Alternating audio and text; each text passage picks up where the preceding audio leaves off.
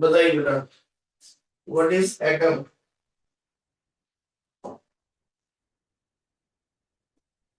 Atom क्या होता है?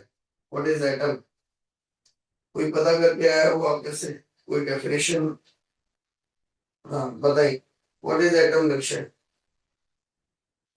Basic building block of all ordinary matter. All Ordinary matter. All ordinary matter is called atom. Yes, sir. All ordinary atom. Yes, sir. All ordinary, बोलिए फिर Atom. से। All ordinary matter. Basic building block of. हाँ, basic building block of, basic building block of all ordinary matter, है ना? Yes, sir. तो मेरा अगला question shift हो जाएगा बेटा, all ordinary matter basic building block of all ordinary matter. ये आपने इसकी डेफिनेशन दी। तो ये जो मैटर है, ये क्या है? What is matter?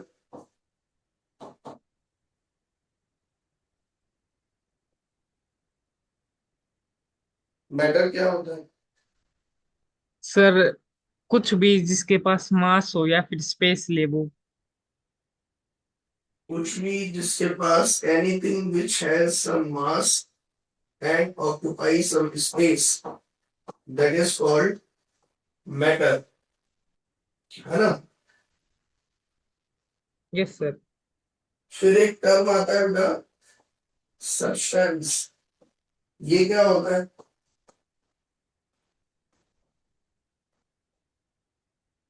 What is substance?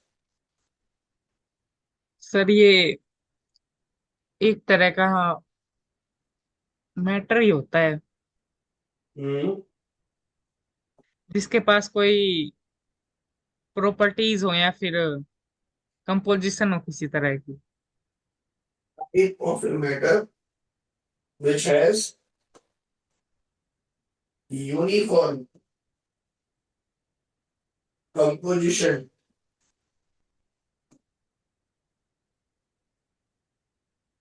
which has uniform composition. composition or structure।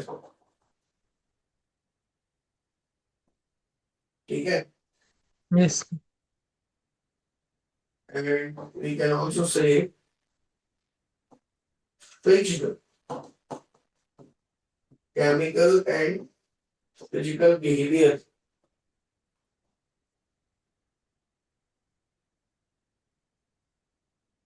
ठीक सर है? ये नोट करना है। ना ना, कुछ शोर नहीं करना है, बस आप देखते चलोगे, मैं बता दूंगा आपको आपके काम की चीज। सब्सटेंस के बाद मुझे आपकी यार आवाज क्यों नहीं आ रही आप लोगों की? इस वाली डिवाइस को क्यों इतनी तेज आवाज आ रही थी? आप बोलना जरा। Good morning sir. हाँ गुड मॉर्निंग। चलिए नेक्स्ट बताइए। सब्सटेंस के बाद बेटा, ये जो सब्सटेंस होते हैं आपके, फिर एक टर्म आता है आपका। मुझे एक बात बताओ, जैसे कई बार हम ये कहते हैं कि हाइड्रोजन एटम, ये वर्ड सुना होगा आपने, है ना? Yes sir. सुना है कि नहीं? सुना है सर। और फिर हम ये भी कहते हैं कि it is a part of periodic table.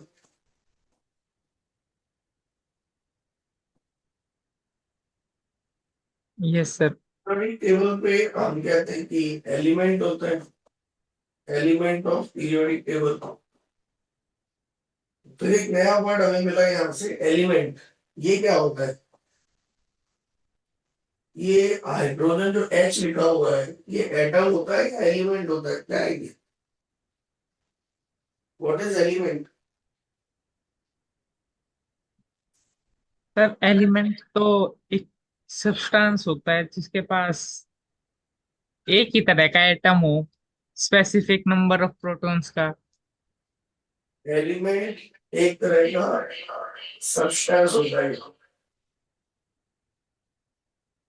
अच्छा, आपकी वॉइस गूंज रही है, वही मेरी वॉइस गूंज रही है ना, या पहले ठीक आ एक रही बार है? गूंजी थी सर। हाँ?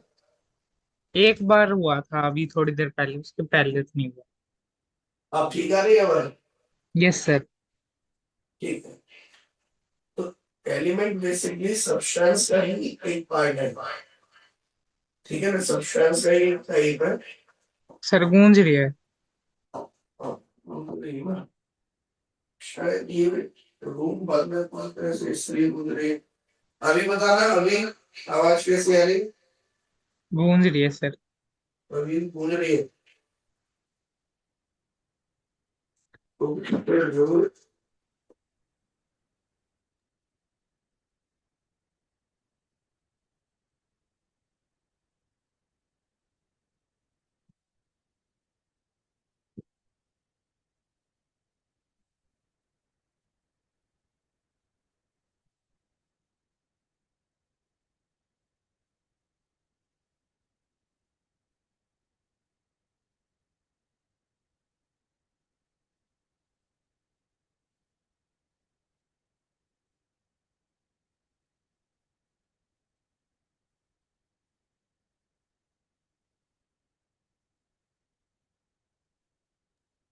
आलक है, बताओ। अब सही आ रही है सर। अब सही आ रही है?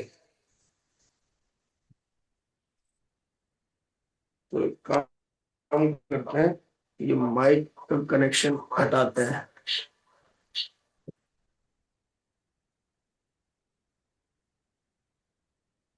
आप बताना बेटा, सब्सटेंस का ही स्पेशल टाइप होते हैं आपके एलिमेंट, और एलिमेंट की डेफिनेशन क्या देते हैं हम? व्हाट इज एलिमेंट, बताएं क्या होते हैं एलिमेंट? एलिमेंट सर वो होते हैं जिनके पास एक स्पेसिफिक नंबर ऑफ प्रोटॉन्स हो या फिर वो एलिमेंट वो होते हैं जिनके पास pure specific solution. Number of हाँ। प्रोटॉन हो। स्पेसिफिक। Yes sir. नहीं, ये डेफिनेशन तो नहीं चलेगी। क्योंकि इस डेफिनेशन में आप ये मान के चल रहे हो कि प्रोटॉन पता है सामने वाले को। आपको एलिमेंट की ऐसी डेफिनेशन देनी है जिसमें प्रोटॉन का जिक्र ना हो।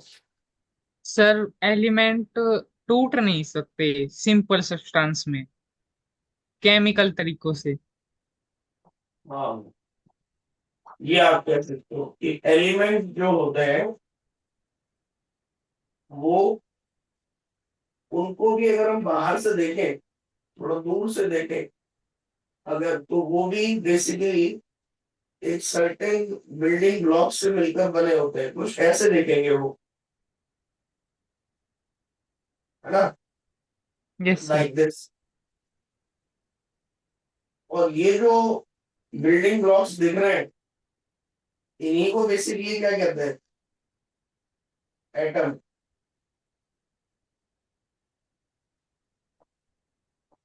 ठीक है ना, समझ में आ रही यस। बात आपको? Yes sir. और ये देखा गया कि ये जो एलिमेंट है, these are also made up of small small building blocks। ये जो स्मॉल फंडामेंटल बिल्डिंग ब्लॉक्स है, इसको हमने नाम दिया एटम। इसको हमने नाम दिया एटम। एटम। और एलिमेंट वो चीज होती है जिसमें ये जो बिल्डिंग ब्लॉक होते हैं, ये सभी सेम टाइप के होते हैं। Is it clear? Yes sir. जब सेम टाइप के एटम आपके मिलेंगे तो क्या बनेगा आपका? एलिमेंट। ठीक है, सर वो प्रोटॉन वाली बात सही क्यों नहीं है? सही है वो, दैट इज ट्रू। लेकिन वो वाली डेफिनेशन के तुरंत बाद क्वेश्चन ये आ जाएगा, व्हाट इज प्रोटॉन, है ना। तो अभी हम इस तरीके की डेफिनेशन दे रहे हैं कि जहां पर चीजें हमें एटम पे जाके कन्वर्ज हो। आप डायरेक्टली एक स्टेप आगे कूद गए। Element is consist of atom. फिर अब ये क्वेश्चन आना चाहिए व्हाट इज एटम। तो फिर आप अंदर घुसोगे कि एटम के अंदर ये होता है वो होता है, जो भी अब हम स्टडी करेंगे वो हम पढ़ेंगे कि एटम के अंदर क्या होता है। अभी तक तो आपको पता ही नहीं है ना कि प्रोटॉन क्या है, न्यूट्रॉन क्या है, इलेक्ट्रॉन क्या है। अभी हम ये मान के चल रहे हैं कि do not know anything about atom. हम तो अभी एक सब्सटेंस को धीमे धीमे तोड़ते जा रहे हैं। क्या करते जा रहे हैं? तोड़ते जा रहे हैं। तोड़ते सबसे जा। पहले हमने मैटर लिया। मैटर से हमने उसका एक स्पेशल फॉर्म लिया, दैट इज कॉल्ड सब्सटेंस। फिर उस सब्सटेंस का एक स्पेशल फॉर्म देखा, दैट इज कॉल्ड एलिमेंट। और एलिमेंट को जब अंदर जाके देखा तो पता चला it is a collection of few particles, few building blocks. और उस बिल्डिंग ब्लॉक का नाम हमने क्या दिया? एटम। अब एटम के अंदर घुसेंगे, है ना? समझ में आ गई क्यों डेफिनेशन प्रोटॉन वाली नहीं दे रहा हूं मैं इस समय? क्लियर हो रहा यस है सर। आपको? Yes sir. हाँ। सर किसी ने हाथ उठा रखा है। हाँ। अब कोई बात अब नहीं। नहीं उठा। हाँ, कोई बात नहीं, कॉकरोच जनता पार्टी आई हुई है ना। वोट कोई मांगने नहीं। आई सर। हैं? वोट मांगने आई? वो भी एटम के बारे में पढ़ने आई। कोई बात नहीं। तो देखिए ध्यान से। सो ये एटम आपका बेसिकली सेम टाइप के जब होते हैं तो हम उनको बोल देते हैं एलिमेंट, है ना। दूसरा यस सर। एक चीज और इसमें यहाँ पे आपको देखनी है कि एक वर्ड चलता है मॉलिक्यूल ऑफ एलिमेंट। टर्म आता है molecule of element. Molecule word भी तो सुना है आपने? Yes sir. मॉलिक्यूल। तो वो मॉलिक्यूल ऑफ एलिमेंट जब हम कह देते हैं तो it is the collection of this atom. जैसे कुछ एलिमेंट होते हैं उनमें सिंगल एटम होता है, कुछ एलिमेंट होंगे उनमें पेयर ऑफ एटम होगा। तो ये डाई एटॉमिक मॉलिक्यूल है और ये ट्राई एटॉमिक मॉलिक्यूल है इस एलिमेंट का। ठीक है। सर नमन ने हाथ उठा रखा है। हाँ? नमन ने हाथ उठा रखा है। नमन ने हाथ उठा रखा है। नमन को अलाउ करते हैं बोलने के लिए। बताओ नमन, बताओ। सर ऐसे कंपाउंड जो सेम टाइप के एटम से बने हैं वो एलिमेंट होंगे। हाँ अभी आ रहे हैं धीरे धीरे आ रहे हैं। कंपाउंड वर्ड आपने नया बोल दिया, अभी एक एक करके आएंगे। तो फिलहाल हम एलिमेंट पे आए। एलिमेंट की फिर हमने टाइप समझ लिए, मॉलिक्यूल ऑफ एलिमेंट और डायटोमिक ट्राइएटोमिक, ये सब आपके क्या है basically molecule of element. Element. ठीक है। सर जैसे यस सर। अगर हम तो बात करें क्यों पढ़ रहे हैं ये सब। अच्छा, एक इसमें एक और वर्ड आपने सुना होगा, नमन भी बात कर रहे हैं उसकी, कंपाउंड। ये क्या होते हैं? What is compound? नेचर दो में एलिमेंट से बने चीजें। क्या बने? दो एलिमेंट से बना हाँ, एलिमेंट कंपाउंड होता है। Something which is made up of different types of element in a fixed ratio. जैसे H2O हो गया, NaCl हो गया। अब ये सब अगर आप ध्यान से देखें तो इसमें ये जो बिल्डिंग ब्लॉक्स हैं आपके, या आप ये कह सकते थे कि इसमें जो ये बिल्डिंग ब्लॉक्स मिल रहे हैं एलिमेंट में, तो ये बिल्डिंग ब्लॉक्स आइडेंटिकल होते हैं आपस में। लेकिन यहाँ पर जो ये बिल्डिंग ब्लॉक आपस में मिल रहे हैं ये आइडेंटिकल हो ऐसा जरूरी नहीं है। जैसे इसमें देखो दो तो हाइड्रोजन है और एक ऑक्सीजन है, यानी कि डिफरेंट डिफरेंट एलिमेंट ये जो है एलिमेंट कंट्रीब्यूट कर रहे हैं इसमें। ठीक है। Yes sir. Yes sir. Sir और इसको हम बोलेंगे molecule of A compound. Molecule of A compound, ये मॉलिक्यूल ऑफ एलिमेंट का और ये क्या है, मॉलिक्यूल ऑफ कंपाउंड। कंपाउंड। हाँ नमन, आप पूछो, क्या पूछ रहे थे? सर मॉलिक्यूल और कंपाउंड के बीच में डिफरेंस क्या होता है? मॉलिक्यूल और, कंपाउंड के बीच में। देखो मॉलिक्यूल और कंपाउंड के बीच में कुछ डिफरेंस नहीं है। ये जो आप कंपाउंड है बेसिकली वो अलग क्लासिफिकेशन है। एलिमेंट और कंपाउंड के बीच में डिफरेंस पूछ सकते हो आप। एलिमेंट मतलब सेम तरह के एटम का कलेक्शन, और कंपाउंड मतलब डिफरेंट तरह के एटम का collection in a fixed ratio, that is called compound. और मॉलिक्यूल क्या है, मॉलिक्यूल एलिमेंट का भी हो सकता है, मॉलिक्यूल कंपाउंड का भी हो सकता है। Molecule means the combination of the atoms. अब वो एटम अगर एक ही तरह के एलिमेंट के हैं या एक ही एटम है तो हम बोल देते हैं उसको मॉलिक्यूल ऑफ एलिमेंट। और अगर वो जो आपके एटम्स हैं वो डिफरेंट है तो हम उसको बोल देते हैं molecule of compound. So molecule is basically related to the combination. ठीक है, now that combination is of same nature then it is called molecule of element. और अगर वो अलग अलग नेचर के हैं, कॉम्बिनेशन ऑफ एटम, तो हम बोल देते हैं molecule of compound. Is that clear? Yes sir. अब सर ये क्यों, मतलब ऐसे क्यों पढ़ रहे हैं मेरे को ये एल? अब आपने फाइनली बात आके एटम पे खत्म कर दी कि ये जो एलिमेंट है और ये जो कंपाउंड है ये सब बेसिकली हमें एटम पर आकर अपनी बात हमने खत्म कर ली है। एटम के अंदर हम नहीं घुस रहे। तो कुल मिला के ये बात समझ आ रही है हमें कि बेसिक बिल्डिंग ब्लॉक अभी हम किस पे पहुंच चुके हैं, एटम तक पहुंच चुके हैं। और हम क्यों पढ़ रहे हैं इन एटम का rearrangement? Why we are studying the rearrangement of these atoms? बताइए।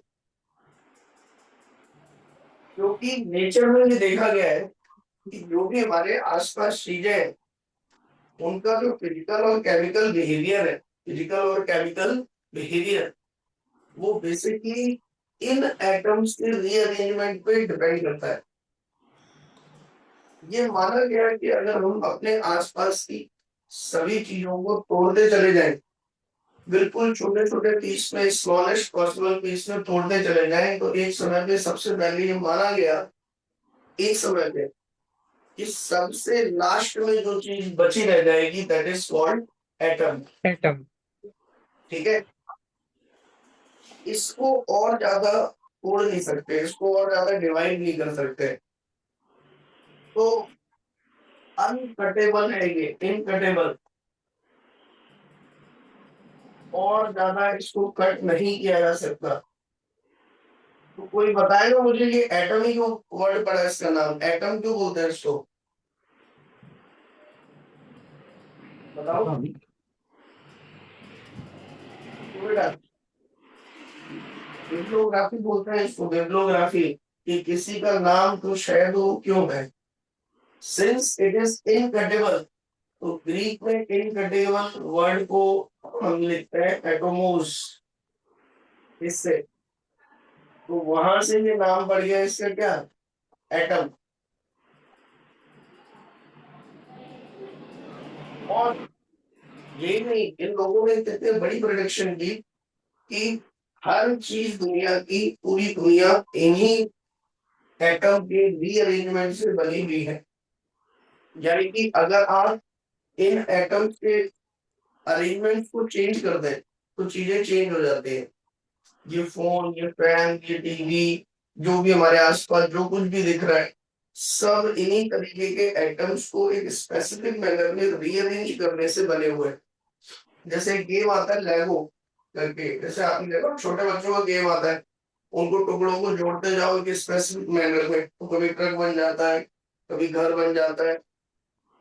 तो ऐसे ही बहुत, सबसे पहले अगर हम बात करें, बिल्कुल सबसे पहले वेस्ट में अगर बात करें, इंडिया की बात नहीं कर रहा हूं मैं, वेस्ट में, तो सबसे पहले एक फिलोसोफर हुए और उन फिलोसोफर का नाम था डेमोक्रिटस। ठीक है।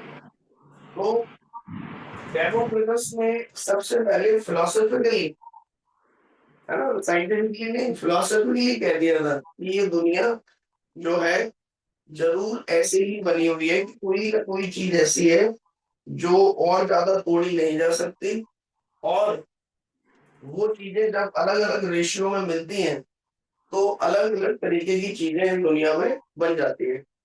ठीक है। तो अगर हम बात करें, सबसे पहले विश्व में एटम के बारे में एक थॉट प्रोसेस डेवलप की तो किसने की? एक साइंटिस्ट ने नहीं, बल्कि एक फिलोसोफर ने, जिसका नाम था डेमोक्रिटस। ठीक है।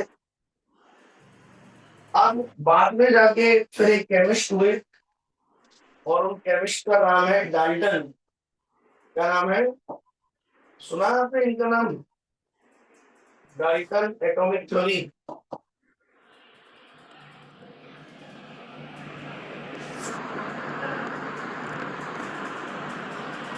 सुनो।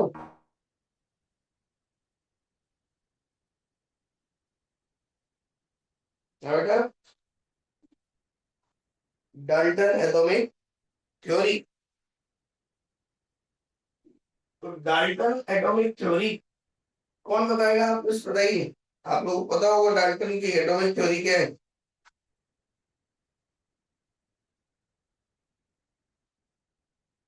हैंड रेज करिए। सबसे पहले किसी ने साइंटिफिकली अगर एटम के बारे में डिस्कशन शुरू किया तो वो कौन थे आपके? डाल्टन। हाँ बताइए, क्या थी ये डाल्टन एटॉमिक थ्योरी? सर, जो जितने भी मैटर बने हैं वो सारे एटम्स से बने हुए हैं। जितने भी मैटर बने हैं वो सारे एटम से बने हैं। और एटम के बारे में क्या बताया उसने? ये आइडिया तो पहले से ही पॉइंट हो रहा था। ये तो डेमोक्रिटस ने ही बता दिया था कि सब कुछ एटम से बनी है, सब कुछ मतलब ऐसे बनी हुई है किसी न किसी बिल्डिंग ब्लॉक से। अब इसके बारे में क्या बताया डाल्टन ने? कि ये जो एटम्स आर, एटम है, ये इंडिविजुअल है, इनडिस्ट्रक्टिबल बिल्डिंग ब्लॉक है। एक तो ये इनडिविजिबल, मतलब ये भी डेमोक्रिटस ने बता दिया कि इसको और ज्यादा नहीं तोड़ा जा सकता है। ठीक है। फिर इसने एक और चीज बताई कि ये सॉलिड है, सॉलिड स्फीयर है। ये प्रिडिक्शन सबसे पहली और सबसे इंपॉर्टेंट डाल्टन ने बताई कि भैया ये सॉलिड स्फीयर है। ठीक है। और दूसरा, अगर हम बात करें तो नेचर में ये जो मिल रहे हैं इस तरीके से कॉम्बिनेशन ऑफ दीज एटम, जिन्हें बाद में मॉलिक्यूल कहा गया। ठीक है। तो एक एलिमेंट के सभी एटम्स या सभी molecule, atom of A given element, मतलब अगर मान लीजिए इस तरीके से तीन एटम मिल रहे हैं एक एलिमेंट के, और क्या बना रहा है? एक मॉलिक्यूल। तो उसने ये कहा कि ये सभी आपस में आइडेंटिकल होंगे, all are identical in mass, in mass and size. ठीक है। अगर एक ही एलिमेंट के एटम है तो उनका मास और साइज हमेशा क्या रहेगा? सेम। उनकी प्रॉपर्टी ऐसा नहीं होगा कि हाइड्रोजन एलिमेंट का एक एटम तो बहुत बड़ा है और एक एटम बहुत छोटा है। इस है, तरीके की पॉसिबिलिटी कभी नहीं होगी। नहीं होती। ठीक है। अब देखो, इतना जब इन्होंने बता दिया डाल्टन ने, तो वही फिर इस पे बात चलने लगी कि अच्छा ऐसे बनता है, तो लोग स्टडी करने लग गए। ठीक है कि भाई अच्छा और क्या है इस एटम के बारे में जानने की लोगों में इच्छा बढ़ गई।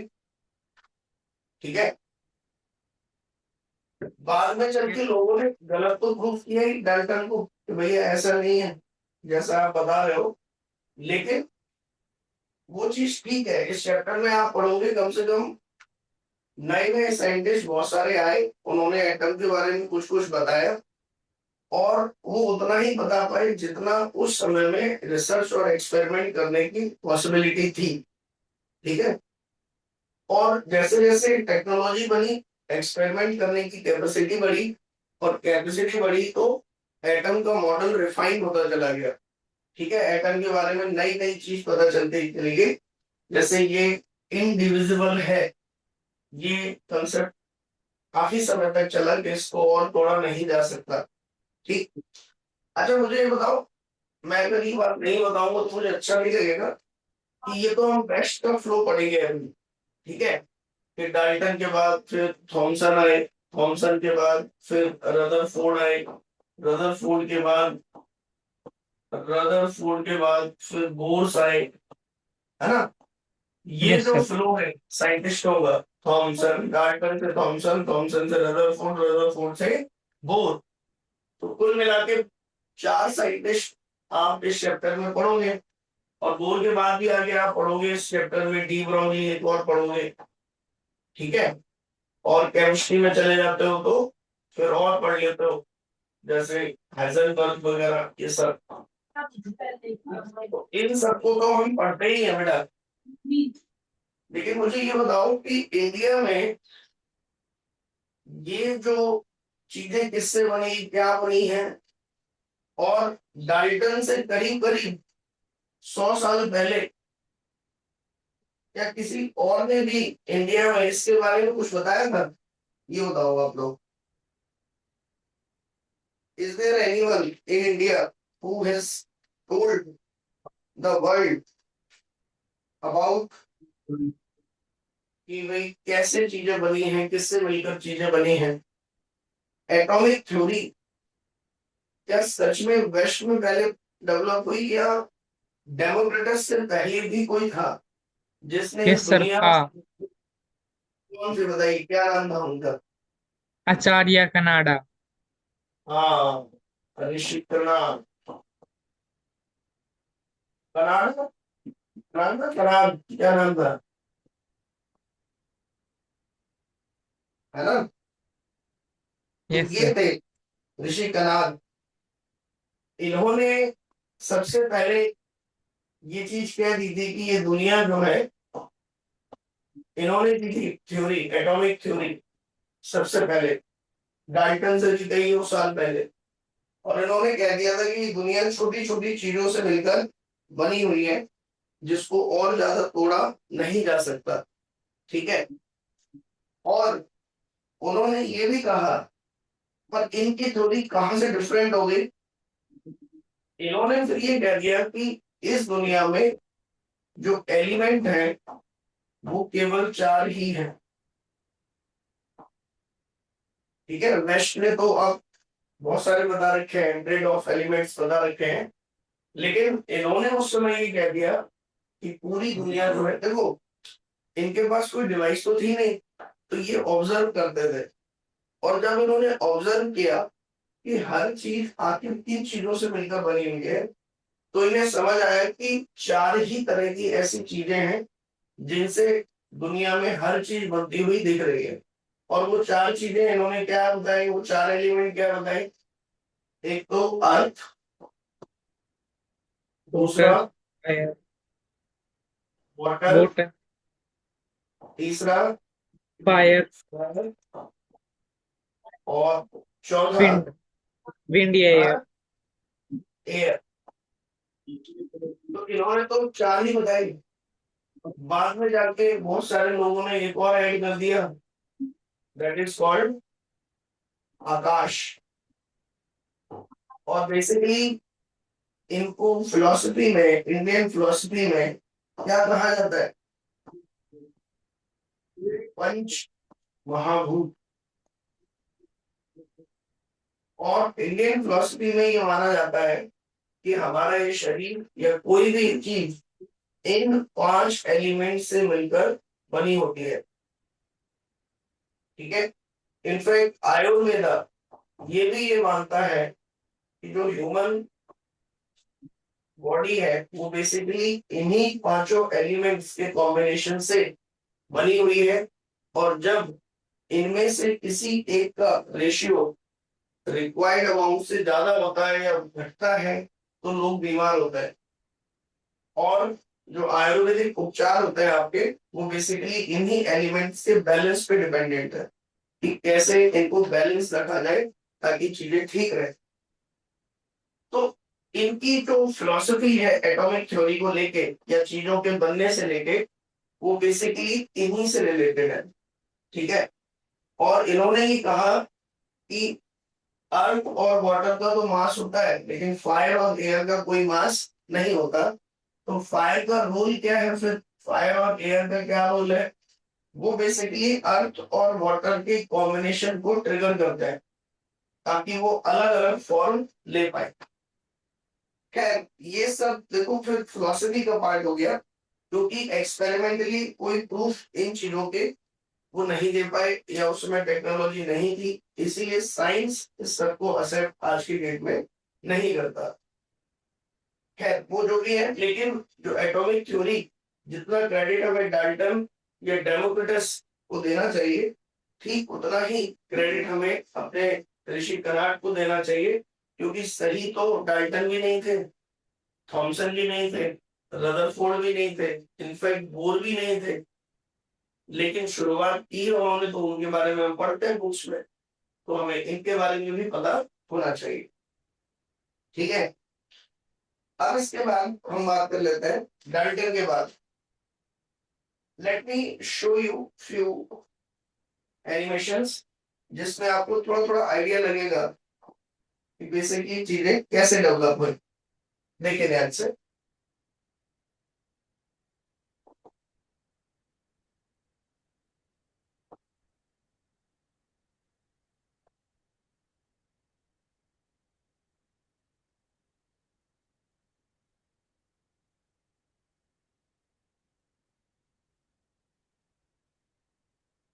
सर एक बच्चे ने हाथ उठा रखा है।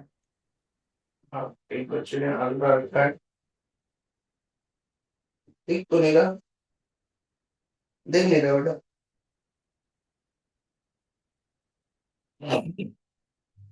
कोई बात नहीं। अब देखिए, यहाँ पे अगर हम बात करें,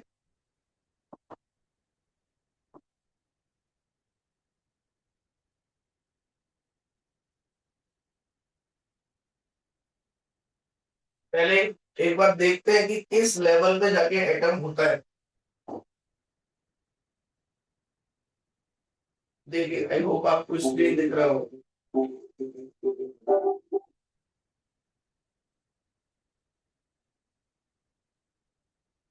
देखिए भाई, ये ह्यूमन हेयर है। अब इसमें हम चलते चले जाए, 100 माइक्रोमीटर पर इसकी थिकनेस होती है, 100 माइक्रोमीटर पर।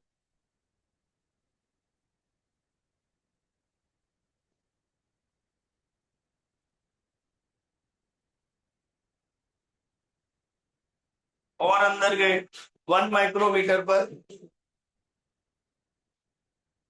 और अंदर गए माइक्रोफिब्रिल 10 नैनोमीटर स्केल पे पहुंच गए आप।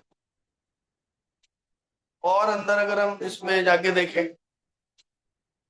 नैनोमीटर रेंज पे आप जा चुके हैं। देन कैरेटिन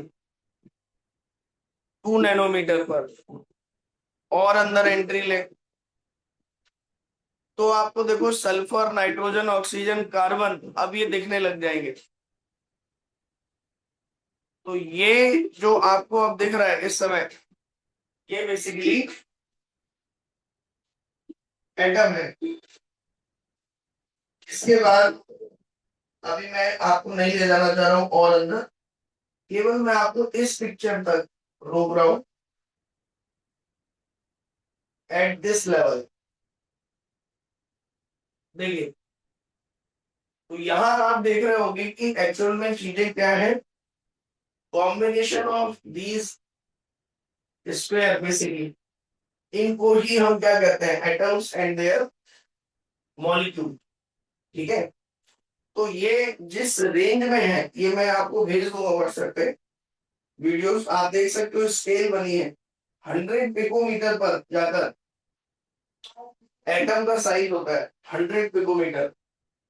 ठीक है। और इसके आप अंदर घुसेंगे, वो देखेंगे अभी कि भाई कैसे क्या होता है एटम के बारे में। ठीक है ना। तो एटम के बारे में खूब सारी स्टडी लोग करने लग गए कि अच्छा चीजें एटम से बनी है, तो इन एटम के बारे में बहुत रिसर्च होने लग गई कि एटम कैसे होते हैं, कैसे काम करते हैं। ठीक है, तो उस समय जो एक साइंटिस्ट थे बहुत famous, Thomson, sir J Thomson. ठीक है, तो ये काम तो कर रहे थे किसी और फील्ड में। ठीक है, यही होता है जनरली साइंटिस्ट के साथ, वो काम करते हैं किसी और चीज पे, लेकिन लकीली डिराइव हो जाती है कोई और चीज।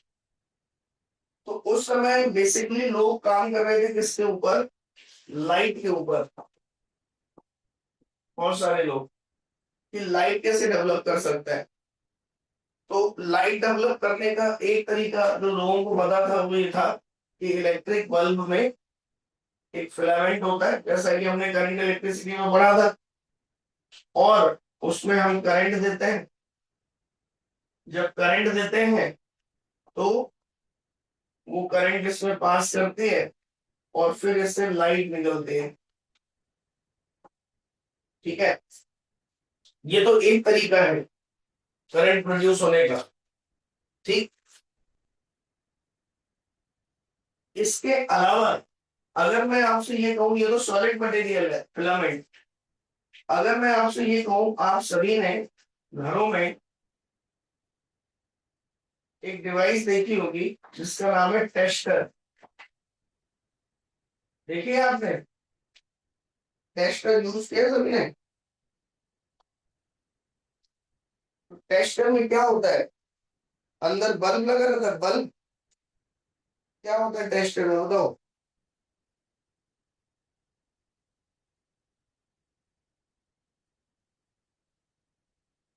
कौन बताएगा। टेस्टर के अंदर अगर आप देखें, तो टेस्टर के अंदर अगर आप जाके देखेंगे, खोल के देखेंगे घर पे टेस्टर, तो उसमें एक लाइट जलती है। जब आप उसको यूज करते हैं कहीं पर भी, टेस्टर को हम जनरली यूज करते हैं टेस्टर को ये पता करने के लिए कि कहीं पर इलेक्ट्रिसिटी आ रही है या नहीं। ठीक है, आई डोंट नो आप लोग देखा है कि नहीं कई लोगों ने, लेकिन अगर देखा नहीं है तो आप ये देख सकते हैं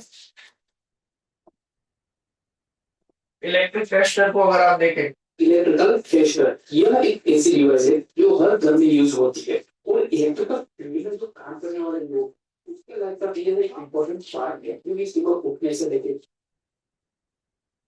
देखिए इस तरीके की एक रॉड होती है टेस्टर के अंदर, एक टर्मिनल जो होता है, और ये एक रजिस्टर होता है यहाँ पे, this is the register, high register. और उसके बाद ये जो चीज लगा रहा है ना बेटा, बहुत ध्यान से देखो, ये चीजें बता रहा हूँ उसके पीछे एक रीजन है। ये जो चीज आप देख रहे हो टेस्टर के अंदर, इसको हम बोलते हैं neon tube. Neon tube, neon एक गैस है, इनर्ट गैस, और उसकी एक ट्यूब है, ट्यूब। ठीक है, और इसके बाद अगर आप देखें,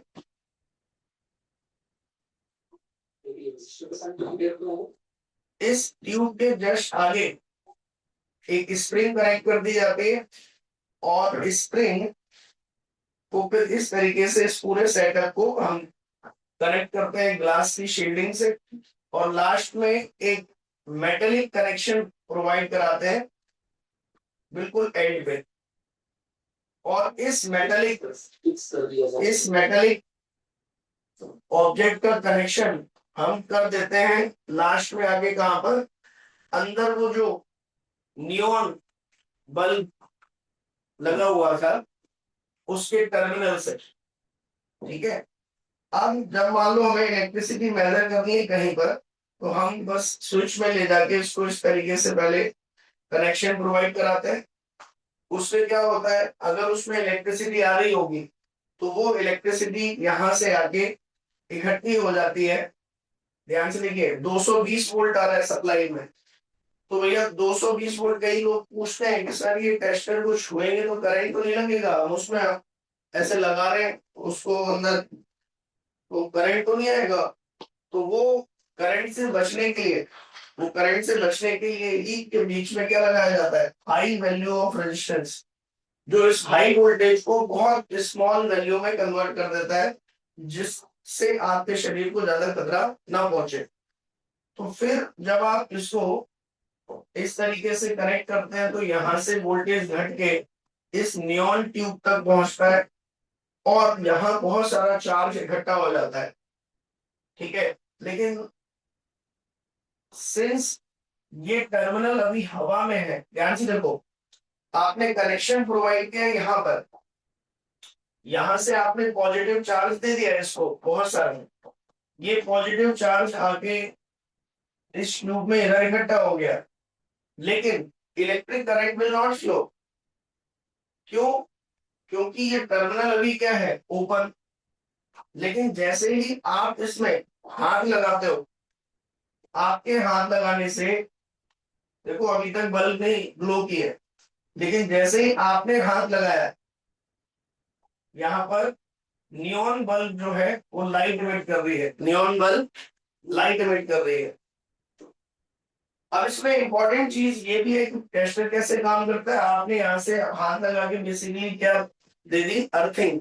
आपने सर्किट को, इस चार्ज को जो वहां इकट्ठा हो गया था उसको एक पाथ दे दिया, तो वो चार्ज बेसिकली फ्लो किया आपके हाथ के थ्रू और एक इलेक्ट्रिक करंट सेटअप हो गई, एक इलेक्ट्रिक करंट सेटअप हो गई। तो ये तो टेस्टर की वर्किंग है, लेकिन मेरा क्वेश्चन ये है आपसे कि इस पूरी प्रोसेस में ये जब लाइट जल रही है नियॉन बल्ब के अंदर, वो जो नियॉन ट्यूब थी उसके अंदर जो लाइट जल रही थी, ठीक है, वो लाइट कैसे प्रोड्यूस होती है, that is my question.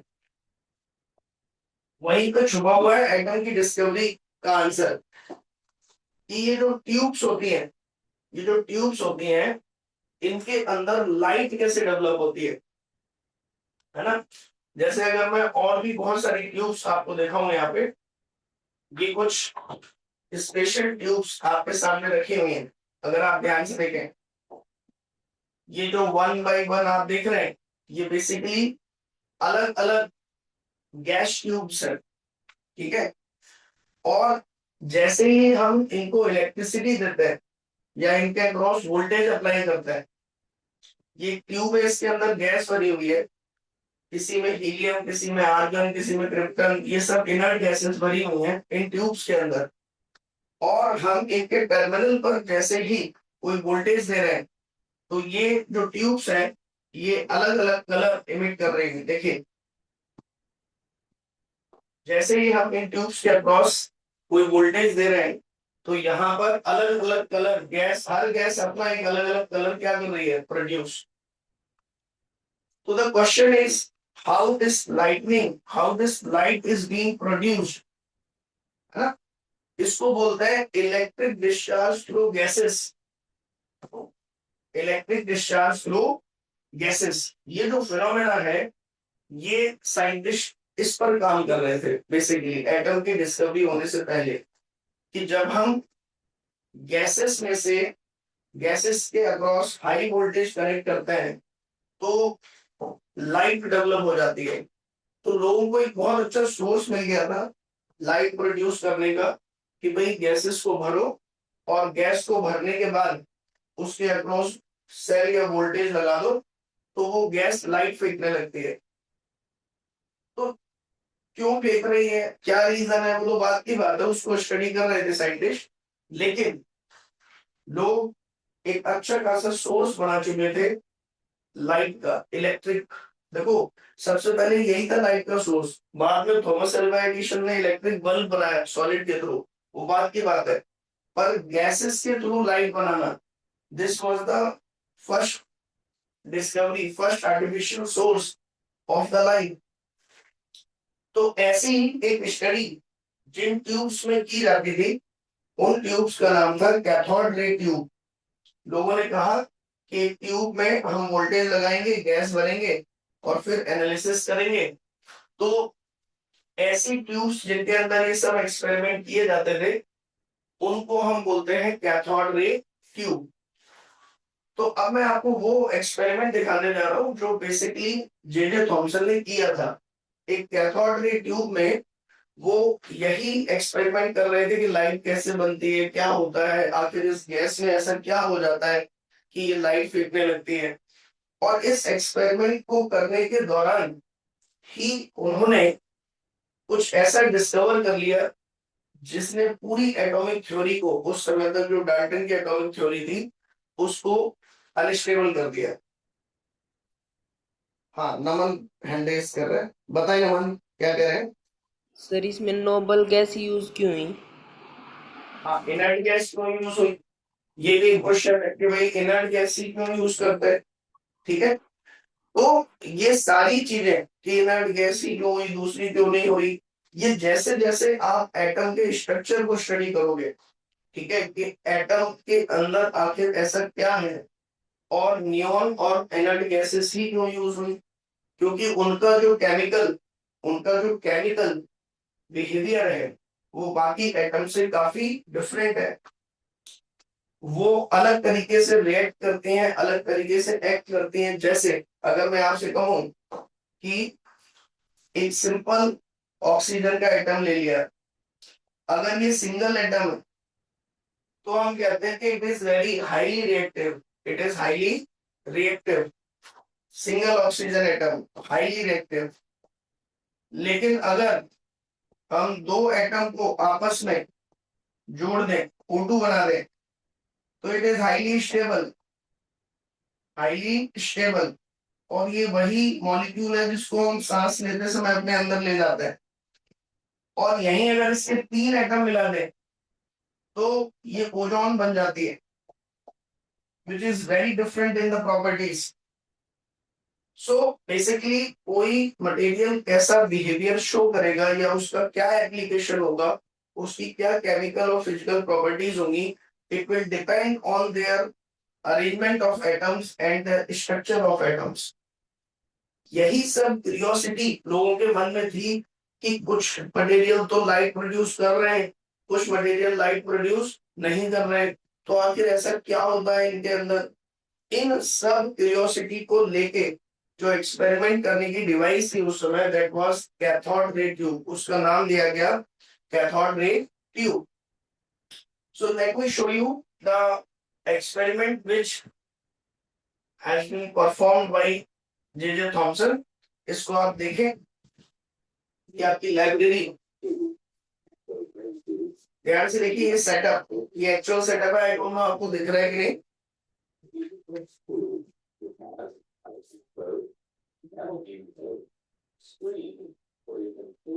This is one is called cathode, one is called anode. ये दो इलेक्ट्रोड है बेसिकली टर्मिनल्स इस ट्यूब के अक्रॉस। और जब आप यहाँ पर ध्यान से देखिए वोल्टेज अप्लाई करते हैं तो आपको एक स्ट्रीम बनती हुई दिखाई दे रही होगी। आई होप आपको दिख रही हो। Let me check, yes. तो आप देखेंगे कि एक स्ट्रीम यहाँ पर आपको बनती हुई दिख रही है। तो जे थॉमसन ने जब ये करके देखा तो उन्हें यहाँ पर एक स्ट्रीम बनती हुई दिखाई दी। तो शुरुआत में उन्होंने कहा कि ये जो दिख रही है मुझे एक स्ट्रीम जाती हुई लेफ्ट से राइट की तरफ, तो वो सरप्राइज में इस चीज को देख के कि भाई ये क्या है, ये लाइट है मतलब, पर ये तो एक लेफ्ट से राइट की तरफ जाता हुआ कुछ दिख रहा है ना। और उन्होंने इन रेस का नाम दिया cathode rays. Cathode ray. This stream of electrons illuminated. We can use a magnet to show the default. Basically ये जो स्ट्रीम देख रहे हैं आप जो जा रही है यहाँ पर, ये एक्चुअल में इलेक्ट्रॉन थे, लेकिन उस समय सिंस पता नहीं था लोगों को कि पार्टिकल्स वगैरह हैं, उन्हें बस कुछ चमकता हुआ दिखाई दिया एक इलेक्ट्रॉन से दूसरे इलेक्ट्रॉन की तरफ। तो उन्होंने कहा कि मतलब ये सर्टेन कुछ रेज वगैरह है, क्योंकि लाइट को इलेक्ट्रोमैग्नेटिक वेव्स माना जाता था उस टाइम पर।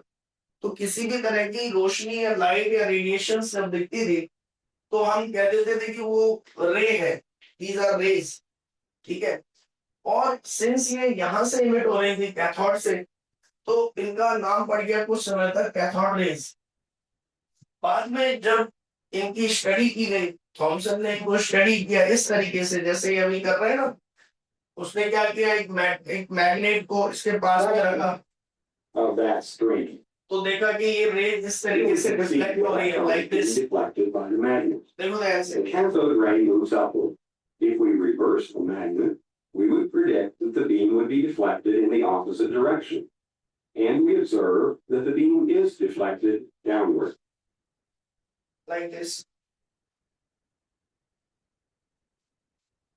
So basically ये एक्सपेरिमेंट करके ये कंक्लूड किया जे थॉमसन ने कि ये जो आपकी रेस निकल रही है, फिर इसके बीच में एक और एक्सपेरिमेंट किया, कुछ रख दिया इन रेस के बीच में। तो जब इन रेस के बीच में कुछ रखा तो वो घूमने लग गया, ठीक है। घूमने लग गया तो उससे ये पता लगा कि इन रेस का अपना कुछ मास है, और अपना कुछ मास है इसका मतलब ये पार्टिकल से मिलकर बनी है, वेव नहीं है, क्योंकि वेव का कोई मास नहीं होता। तो कुल मिला के कैथोड रे ट्यूब की अगर हम बात करें तो कुछ एक्सपेरिमेंट्स परफॉर्म करने के बाद इसमें आप देख सकते हैं और अच्छे से क्लियरिटी के साथ इस तरीके से एक सेटअप आपका होता है कैथोड रे ट्यूब का, वैक्यूम पाइप जिसको बोलते हैं। ये कैथोड रहता है, दिस इज एनोड, एनोड पे पॉजिटिव एंड कैथोड पे नेगेटिव। और जब आप सप्लाई ऑन करते हैं यहां से तो ट्यूब में प्रेशर आप बेसिकली काफी कम कर लेते हैं, वैक्यूम ट्यूब इसीलिए इसका नाम है। You reduce the pressure in this tube too much. अब इसके बाद जब आप यहाँ पे बैटरी अप्लाई करते हो, ऑन करते हो, तो ये जो माइनस चार्ज है, ये माइनस इलेक्ट्रोड है जो, वो यहाँ से इलेक्ट्रॉन्स फायर करता है, ठीक है। और देखो ये क्यों फायर कर पा रहा है ऐसा, ये भी समझो आप। ये इलेक्ट्रॉन सर हवा में कैसे चल रहे हैं, हमने तो पढ़े थे सर फ्री इलेक्ट्रॉन जो है वो तो सर उसमें चलते हैं मटेरियल के अंदर, कंडक्टिंग मटेरियल के अंदर। तो आप ये समझिए कि इसके अंदर जो आपकी गैस है या जो भी मीडियम है, बेसिकली जब आप हाई वोल्टेज अप्लाई करते हैं तो break down of that medium takes place, और वो मीडियम बेसिकली फिर कंडक्टिंग बिहेव करता है। वो मीडियम कैसे बिहेव करता है, कंडक्टिंग। आज उसकी एक्सप्लेनेशन है उन सब चीजों की कि आखिर ये इलेक्ट्रॉन हवा में कैसे चल रहे हैं। उस समय लोग एक्सप्लेन नहीं कर पाए कि ये इलेक्ट्रॉन हवा में कैसे चल रहा है, क्योंकि आप समझ रहे हो इलेक्ट्रिसिटी तो बहुत बाद में डेवलप हुई, करंट इलेक्ट्रिसिटी की इलेक्ट्रिसिटी बनी कैसे, उस समय तो बेचारे इलेक्ट्रॉन ही नहीं पता था लोगों को।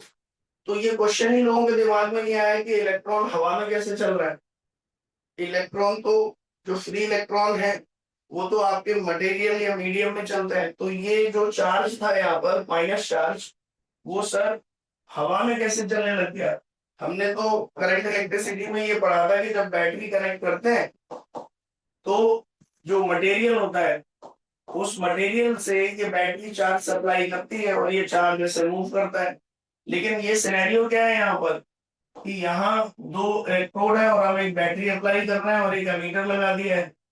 तो अभी तक तो हम यही पढ़ते थे ना कि if the circuit is open terminal there will be no current, there will be no current. लेकिन यहाँ सर्किट सर ओपन टर्मिनल है फिर भी करंट फ्लो कर रही है। करंट फ्लो होने का मतलब इलेक्ट्रॉन यहाँ से जंप करके इधर जा रहे। तो ये कैसे पॉसिबल हुआ, ये उस समय के लोगों ने नहीं पूछा, उन्होंने तो बस ये देख लिया कि something is moving from here to here, और उसके नेचर को स्टडी करने में लग गए थॉमसन। और आज अगर आप मेरे से पूछो कि ये क्यों ऐसे फ्लो कर पाया, तो उसकी रीजनिंग क्या है कि सिंस यहाँ पर हाई वोल्टेज आपने लगा दिया तो इसके बीच की एयर जो है वो ब्रेक डाउन हो गई। ब्रेक डाउन हो गई तो वो कंडक्टिंग मीडियम की तरह बिहेव करने लगी, और कंडक्टिंग मीडियम की तरह जब बिहेव करने लगती है तो इलेक्ट्रॉन उसमें ट्रेवल करने लग जाता है। ये जो फ्री इलेक्ट्रॉन यहाँ पर है वो यहाँ से यहाँ फ्लो करने लग जाता है। Is that clear? क्या ये बात समझ आई आपको? बताइए। Is it clear everyone? Naman want to ask anything? Yes, बताइए। सर इसके अंदर गैस आयोनाइज हो जाती है, हाँ, बिल्कुल। तो इसके इसके अंदर जो गैस होती है, अब अगर आपने एटम एटम पढ़ रखा है सब पहले से ही, तो आप ये समझ सकते हैं कि ये जो हाई स्पीड इलेक्ट्रॉन है, वो इस गैस में से एक इलेक्ट्रॉन को बाहर निकाल लेता है, फ्री इलेक्ट्रॉन को। तो ये पॉजिटिव हो जाती है गैस, पॉजिटिवली चार्ज गैस का आइटम हो जाता है। और फिर सिंस ये गैस आयनाइज हो गई आपकी, और यहाँ पर ये इलेक्ट्रॉन फ्री हो गया, बाद में यही इलेक्ट्रॉन और ये एटम, ये बेसिकली इसको एक्साइट कर देता है एटम को। केमिस्ट्री में पढ़ लिया ना आपने एटॉमिक स्ट्रक्चर? Yes sir. तो ये एक्साइटेड इलेक्ट्रॉन जब हायर एनर्जी में जाता है और वापस लौट के आता है, तो यहाँ से क्या निकलती है? लाइट। जो कि तुम्हें अभी दिख रही थी एक्सपेरिमेंट में, जो लाइट दिख रही थी ना आपको, वो बेसिकली वही लाइट है, इसके एक्साइट और डी एक्साइट होने से बनने वाली लाइट। सर इसके अंदर नोबल गैस भरी जाती है। हाँ, अभी तो सर ये लेकिन नियॉन बल्ब ट्यूब वगैरह जो अभी दिखाई दे आपको, सर वो नोबल सब गैस को तो आयोनाइज करना सबसे मुश्किल होता है, लेकिन भाई देखिए, नियॉन, आर्गन, क्रिप्टॉन, ये सब मुश्किल तो होता है, लेकिन बेटा हाई वोल्टेज अप्लाई कर रहे हैं हम। हाई वोल्टेज अप्लाई करने पर आपकी ये जो इलेक्ट्रिक फील्ड है, ये भी सपोर्ट करती है उसको। सर तो clear?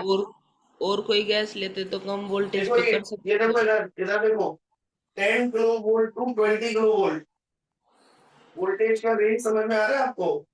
Yes sir. 10,000 volt to 20,000 volt. और एक रीजन हो सकता है ये भी रहा हो कि ये जो इलेक्ट्रॉन यहाँ से आ रहे हैं, उसके साथ कोई रिएक्शन रिएक्शन शायद वो अलर्ट हो, इसलिए भरते हो कि भाई ज्यादा कोई केमिकल रिएक्शन ना करे वहां पर, केवल बस इलेक्ट्रॉन को बाहर भेजे और वापस ले आए। सर लेकिन इलेक्ट्रॉन थोड़ी ना रिएक्शन करेगा। अभी पढ़ोगे आप एटम में इलेक्ट्रॉन कैप्चर करके एक रिएक्शन होती है, फिजिक्स में पढ़ेंगे हम। समटाइम एटम पर जब हम एक इलेक्ट्रॉन फेंक के मारते हैं, तो जरूरी नहीं है कि वो कॉलिजन ही करे और टकरा के कहीं और चला जाए। You will study a reaction here in the physics which is called electron capture। कई बार कोई एटम आने वाले इलेक्ट्रॉन को कैप्चर ही कर लेता है और अपने कंपोजिशन को ही चेंज कर देता है। Is that clear? Yes sir. तो कहने का मतलब, उस समय जब चीजें डेवलप हो रही थी, तब ये सब थ्योरी डेवलप नहीं हुई थी, तो वो इसमें इंटरेस्टेड नहीं थे कि लाइट क्यों बन रही है, क्या हो रहा है। वो इंटरेस्टेड थे कि ये जो कुछ भी निकल रहा है, ये है क्या, इसका नेचर क्या है। ठीक है? और उसको स्टडी करने के लिए उन्होंने, देखो इस ट्यूब के साथ क्या क्या एक्सपेरिमेंट किए। जब ये बनती हुई उन्होंने देखी कि कुछ चल के जा रहा है लेफ्ट से राइट की तरफ, तो दे वर वेरी फैसिनेटेड, और वो फिर इसके साथ एक्सपेरिमेंट करने में लग गए कि आखिर इसका बिहेवियर कैसे मेजर करें। तो बिहेवियर मेजर करने के लिए पहले उन्होंने एक ऑब्जेक्ट यहाँ रख दिया और देखा कि फिर ये आगे पार नहीं जा पा रही है, तो वो ये समझ गया कि ये ट्रांसपेरेंट, ये मटेरियल मास से मिलकर बना हुआ है, इसको रोक रहा है ये। फिर इस तरीके की ऑब्जेक्ट रखी तो ये घुमाने लग गया इसको, है ना? मतलब ये जो रेस है, इनके अंदर काइनेटिक एनर्जी है, जो अपनी एनर्जी दूसरे को ट्रांसफर कर रहा है। फिर इसके बाद यहाँ इस तरीके से इलेक्ट्रिक फील्ड लगाई। This was very important, this was very important. इस ट्यूब के अंदर इस तरीके से उन्होंने क्या किया, यहाँ प्लस और यहाँ माइनस लगाया, तो उन्हें पता था कि हम एक इलेक्ट्रिक फील्ड सेटअप कर रहे हैं। We are setup, we are applying an electric field across this tube like this. और उन्होंने देखा है कि जैसे ही इलेक्ट्रिक फील्ड लगाई, इलेक्ट्रॉन नीचे की तरफ शिफ्ट हुआ, या जो ये रेस थी कैथोड रेस, वो नीचे की तरफ शिफ्ट हुई। इसका मतलब इलेक्ट्रिक फील्ड के अपोजिट में अगर जा रहा है, मतलब इन पर चार्ज कैसा है इन रेस के ऊपर? नेगेटिव। तो यहां से उन्होंने ये डिटरमिन किया कि इनके ऊपर नेगेटिव चार्ज है, ये जो कुछ भी निकल रहा है। और ये छोटे छोटे पार्टिकल से मिलकर बनी हुई है। पार्टिकल से मिलकर क्यों बनी हुई है? क्योंकि इनके अंदर काइनेटिक एनर्जी है, दूसरा ये अपने मोमेंटम को कैरी कर रहे हैं और चीजों को घुमा दे रहे हैं। तो इसका मतलब उन्होंने कहा कि हम इनको छोटे छोटे पार्टिकल से मिलकर बना मान सकते हैं। और फिर बाद में मैग्नेटिक फील्ड अप्लाई करके इन्होंने इनका मास टू चार्ज रेशियो भी निकाल लिया। मास टू चार्ज रेशियो, कि अगर ये पार्टिकल है, अब ये सर कैसे निकाला मास टू चार्ज रेशियो? आप देखोगे कि जब मैग्नेटिक फील्ड अप्लाई करते हैं तब भी ये एक कर्व पाथ में मूव करता है, और उस कर्व पार्ट की जो रेडियस होती है, अभी जब आप मैग्नेटिज्म पढ़ लोगे तो आपको पता चलेगा कि जब कोई चार्ज पार्टिकल किसी मैग्नेटिक फील्ड में मोशन करता है तो वो एक सर्कल में मूव करता है जिसका रेडियस होता है mv/qb। तो वहां से उस रेडियस को मेजर करके इन्होंने m/q की वैल्यू मेजर की इस चार्ज पार्टिकल के लिए। और जब ये m/q मेजर किया इन्होंने, तो या हम कहें उल्टा q/m मेजर किया जब इन्होंने, तो इसकी वैल्यू आई वेरी लार्ज।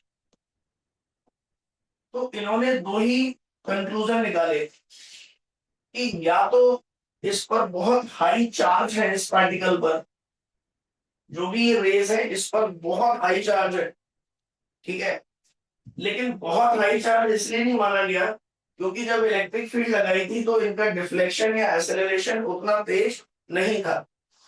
तो फिर एक ही पॉसिबिलिटी बनी कि इसका जो मास है इट इज वेरी स्मॉल, और इस Q/M रेशियो के हेल्प से इलेक्ट्रॉन का मास डिटरमिन हुआ 9.1 इंटू 10⁻31 kg। और इस तरीके से थॉमसन ने डिक्लेयर किया कि उसने एक नया पार्टिकल डिस्कवर कर लिया है which is very small, even smaller than the atom, and this particle is called electron. So in this way the discovery of electron took place, और थॉमसन ने इलेक्ट्रॉन को डिस्कवर किया पहली बार। क्या आपको ये समझ आया बेटा? बताइए।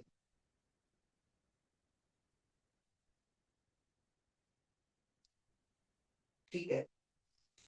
सो कुल मिला के ये जो इलेक्ट्रॉन की डिस्कवरी है, ये जो इलेक्ट्रॉन की डिस्कवरी है, इसके होने के बाद सारी चीजें चेंज हो गई अचानक से, और लोगों का जो परसेप्शन था कि इलेक्ट्रॉन एटम इज डिस्ट्रक्टेबल या इनडिविजिबल, वो आपका चेंज हो गया। और लोगों ने कहा, जे थॉमसन ने, हालांकि आप जब पता करोगे एनसीईआरटी में तो आपको पता चलेगा कि जे थॉमसन ने जब ये बात बताई तो डाल्टन का एटॉमिक मॉडल फेल हो गया। डाल्टन का एटॉमिक मॉडल सबसे पहले फेल हुआ, जिसमें उन्होंने कहा था कि एटम इनडिविजिबल है। तो अब एटम भी छोटे छोटे एलिमेंट्स, छोटे छोटे सब एटॉमिक पार्टिकल से मिलकर बना है, जिनका नाम इलेक्ट्रॉन दिया गया। ठीक है। फिर लोगों ने तुरंत ही ये पूछा कि अच्छा बताओ एटम के अंदर होता क्या है, what is there inside the atom. अब यहाँ जे थॉमसन फंस गए, उन्हें तो बस यही पता था कि इलेक्ट्रॉन है। तो उन्होंने जल्दबाजी में फिर ये कह दिया कि देखो डाल्टन ने जो कहा था ना कि ये सॉलिड स्फीयर होता है, मैं भी कह रहा हूँ सॉलिड स्फीयर है, और उस सॉलिड स्फीयर में जो पॉजिटिव चार्ज है वो यूनिफॉर्मली फैला हुआ है। पॉजिटिव चार्ज यूनिफॉर्मली फैला हुआ है, ठीक है। और उनके बीच बीच में कहीं पर छोटे छोटे क्या है, इलेक्ट्रॉन्स। बीच बीच में छोटे छोटे क्या है, इलेक्ट्रॉन्स। बिल्कुल किसकी तरह, like the pudding in plums. जैसे तरबूज में प्लम्स के अंदर वो जो रेड रेड होता है उसको प्लम कहते हैं, उसके अंदर जैसे बीज इंसर्टेड होते हैं, उस तरीके से एटम के अंदर इलेक्ट्रॉन आपके इंसर्टेड है। और इस मॉडल को इसीलिए नाम दिया गया plum pudding model. Plum pudding model. या वाटरमेलन मॉडल। ठीक है, तो जे थॉमसन बेसिकली इस कंक्लूजन पे पहुंचे आपके खूब सारी रिसर्च, खूब सारे एक्सपेरिमेंट और सारी चीजें करने के बाद। ठीक है, क्या थॉमसन का एटॉमिक मॉडल क्लियर है सभी को? लेट मी नो, बताइए जल्दी। ओके, यहां तक किसी को कोई डाउट? नहीं, ठीक है, ठीक है, ठीक, ठीक है, ओके। चलिए अब आते हैं नेक्स्ट, इस पर देखिए नेक्स्ट क्या चीज है, समझो। इसके बाद बहुत दिनों तक ये चलता रहा कार्यक्रम, थॉमसन की बात चलती रही। थॉमसन के ही एक स्टूडेंट थे, थॉमसन के ही स्टूडेंट थे कौन? रदरफोर्ड।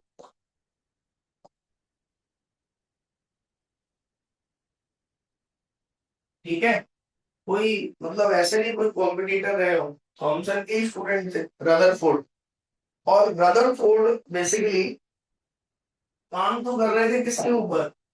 कि काम कर रहे थे किसी अलग ही फील्ड पर। ठीक है ना, यही होता है जनरली, हर साइंटिस्ट के साथ ये हुआ है कि वो काम कर रहा था किसी और चीज के ऊपर, लेकिन ऑब्जर्वेशन इतना हाई था उसका कि उसने डिस्कवर कर ली कोई और ही चीज और फेमस हो गया किसी और ही चीज के लिए। तो Rutherford was basically working on A phenomena which is called radioactivity। ये हम पढ़ेंगे जब न्यूक्लियाई चैप्टर पढ़ेंगे, तब हम इसको स्टडी करेंगे, रेडियो एक्टिविटी को। तो ये जब वो स्टडी कर रहे थे तो उस समय वो क्या करते थे पूरे दिन लैब में बैठ के? कुछ स्पेशल पार्टिकल थे, स्पेशल पार्टिकल, जिन्हें उस समय नाम दिया गया था अल्फा पार्टिकल। अब अल्फा क्यों दिया गया था नाम पता है आपको? क्योंकि उस समय इनके बारे में कुछ पता ही नहीं था, बस ये नेचर में अवेलेबल थे, मिलते थे, लेकिन ये नहीं पता था कि है क्या, इनके अंदर क्या है, इनका स्ट्रक्चर क्या है। ठीक है, वो कहाँ से पता हो बेचारों को, क्योंकि एटम तो डेवलप ही नहीं हुआ था। एटम थॉमसन ने केवल उतना ही बताया था, तरबूज अरबूज टाइप की चीजें हैं। तो जो भी नेचर में पार्टिकल, ऐसा थोड़ी है एटम की डिस्कवरी के बाद पार्टिकल आए नेचर में। पार्टिकल तो, एटम तो उस समय भी एग्जिस्ट कर ही रहे थे, लेकिन उनको ऐसे ऊट पटांग नाम दे दिए जाते थे, अल्फा नाम दे दिया। जबकि एक्चुअल में ये क्या है आज हम जानते हैं, क्या है ये बताओ? अल्फा पार्टिकल क्या है? बेसिकली क्या है अल्फा पार्टिकल, बताइए। आपने पढ़ा होगा केमिस्ट्री में, क्या है अल्फा पार्टिकल्स? हाँ बताइए Shubman,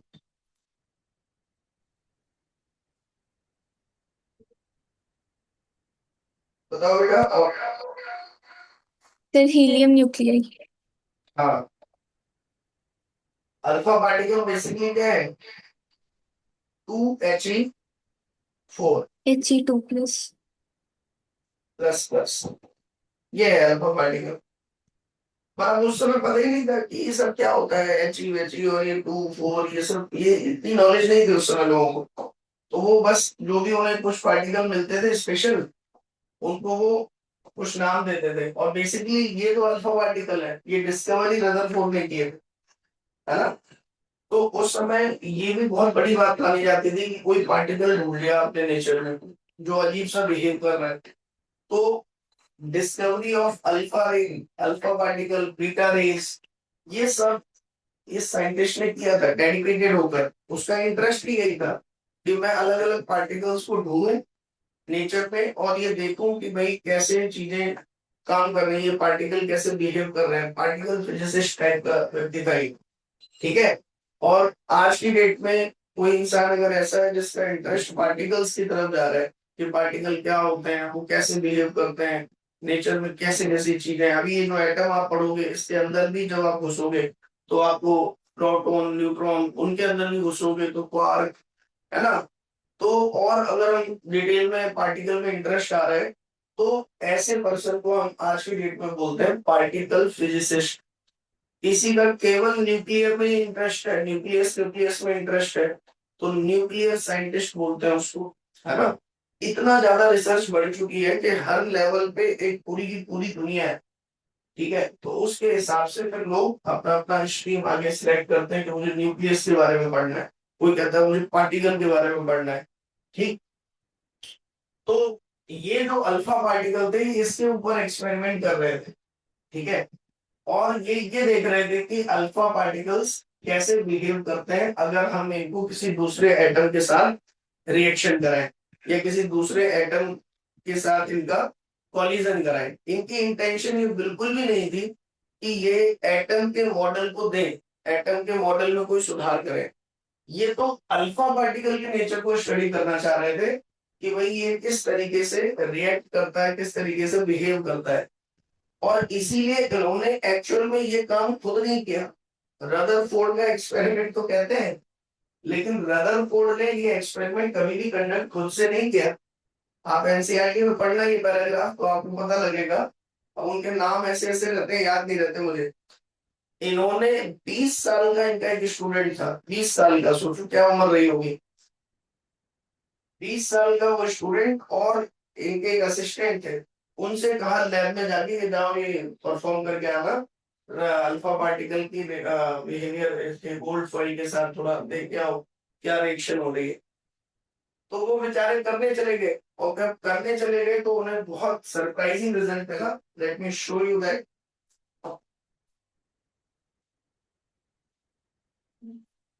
Let me show you that experiment that is very fascinating. Rutherford, क्योंकि देखिए मैं क्यों दिखा रहा हूं आपको ये चीज, क्योंकि वो एक्सपेरिमेंट देखने के बाद आप क्या कंक्लूजन लगा पा रहे हैं। एक तो दिक्कत ये कि आप पहले से पढ़ चुके हैं, तो ऑब्जर्वेशन का कोई ज्यादा फायदा है नहीं, क्योंकि आप ऑलरेडी दिमाग में उनके कंक्लूजन लेके अभी बैठे होंगे। तो फायदा तब होता है जब हम बिना किसी कंक्लूजन के किसी चीज को एक्सप्लोर करें, है ना। तभी लेट मी शो यू कि एग्जैक्टली वो एक्सपेरिमेंट क्या था। देखो ये तो है एग्जैक्ट सेटअप कि भाई वो किस तरीके से एक्सपेरिमेंट कंडक्ट किया जाता है। और दूसरा अगर मैं आपसे बात करूं, अगर केवल आप एनिमेशन लेवल पे देखना चाहें तो ये इस तरीके की चीजें हैं। देखिए ये एनसीईआरटी में आपको एक डायग्राम मिलेगा। अभी अगर आप ध्यान से देखें इसको, दो लेवल पे ये डायग्राम आप देख सकते हैं।